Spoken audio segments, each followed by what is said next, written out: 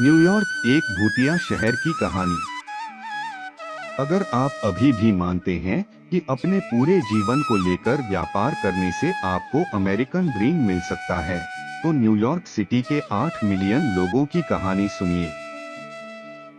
सूर्यास्त की चमक के पीछे एक ऐसा शहर जिसे कभी दुनिया का हृदय कहा जाता था, अब एक भूतिया स्थान बन गया है।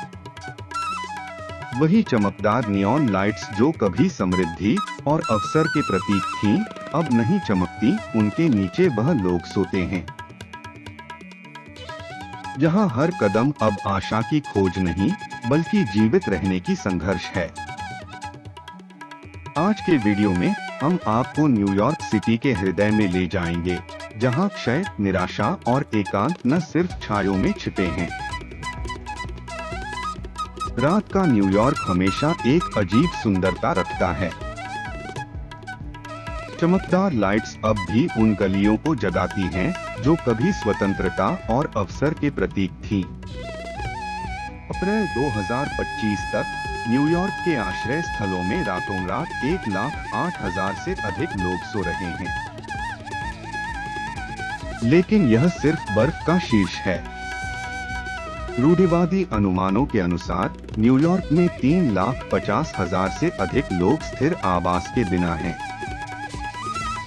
वे वह अमेरिकन ड्रीम थे जो कभी श्रम, आशा और अनुशासन से पोषित हुए थे। अब वे झुर्रियों वाली स्लीपिंग बैग्स में घुटने टेके हुए हैं। आप सोच सकते हैं कि यह स्थिति मुख्य रूप से उन लोगों से संबंधित है जो अकेले रहते हैं। लेकिन कठोर सच्चाई और भी गंभीर है। आश्रय स्थल प्रणाली में लोगों में से लगभग 70% परिवार हैं, जिनमें 37,000 से अधिक बच्चे शामिल हैं। इसका मतलब है कि हर रात दसियों हजार बच्चे सड़क की किनारों पर शांति से सोने की कोशिश करते हैं। वे न्यूयॉर्क शहर के नए आए हैं, जो यह मानते हैं कि न्यूयॉर्क उन्हें एक ताजा शुरुआत देगा। लेकिन वास्तविकता एक अस्थायी छत और अपर्याप्त भोजन है। उनमें से कई पहले जनरल, टैक्सी ड्राइवर, वेटर या केयरगिवर के रूप में काम करते थे, लेकिन उनकी आय किराया नहीं रख सकी। न्यूयॉर्क अवसरों का शहर हो सकता है, लेकिन पिछले एक वर्ष में बेघर होने का अनुभव करने वाले लोगों की संख्या लाखों में है। जब एक ऐसा शहर जो कभी अवसर का प्रतीक था, उसमें लाखों लोग एक छत के लिए भी नहीं पा रहे हैं। और अगर एक शहर उन लोगों को जो इसे बनाने में मदद की थी, उनके लिए एक छत नहीं रख सकता, तो क्या यह अब एक मशीन है जो कमजोरों को चुन चुन कर निकाल देती है? न्यूयॉर्क में एक दुखद विरोधाभास हो रहा है। जब आप सुबह बाहर निकलते हैं, तो सूर्य की रोशनी अब पहले जैसी सुरक्षा का भाव नहीं लाती। रूजवेल्ट एवेन्यू पर जैक्सन हाइट्स से निकलने वाले खंड अब एक ऐसी जगह बन गई है जहां लोग बढ़ी हुई चिंता के साथ चलते हैं। यहाँ क्या हो रहा है, यह रात तक इंतजार नहीं करना पड़ता। रूजवेल्ट एवेन्यू धीरे धीरे अराजकता से घिर जाती है। छिपे हुए प्रतिष्ठान, मालिश पार्लर या हेयर सैलून के भेष में उग रहे हैं। यहाँ चोरी, वेश्यावृत्ति और कानून के बाहर चलने वाले समूहों की उपस्थिति से क्षेत्र का वातावरण दमनकारी हो जाता है। इस क्षेत्र के निवासियों के लिए उन्हें इस अराजकता के साथ रहना सीखना पड़ता है। लेकिन सबसे चिंताजनक बात यह है कि बच्चों को इस वास्तविकता को देखना और उसके साथ बड़ा होना पड़ता है। 14 वर्षीय छात्रा जेलेन लुआगो ने कहा कि रूजवेल्ट से स्कूल जाने से उसे ऐसा लगता है कि उसने अपनी निष्कलंकता खो दी।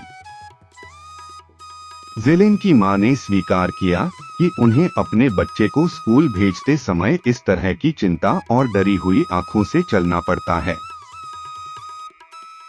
यहाँ के व्यवसाय के मालिक भी बेहतर नहीं कर रहे। कई लोगों ने सूचित किया है कि ग्राहकों की संख्या कम हुई है, सामान चोरी हो गया है और सबसे महत्वपूर्ण बात, उन्हें अवैध गतिविधियों के कारण उनके व्यवसायों के पास बहुत करीब होने के कारण गलत समझा जाता है। न्यूयॉर्क पुलिस ने इस साल के जनवरी में कई अवैध प्रचालनों को बंद करने के लिए एक बड़ा छापा मारा। लेकिन सच्चाई यह है कि पुलिस कारें चले जाने के बाद ये सेवाएं फिर से खुल जाती हैं।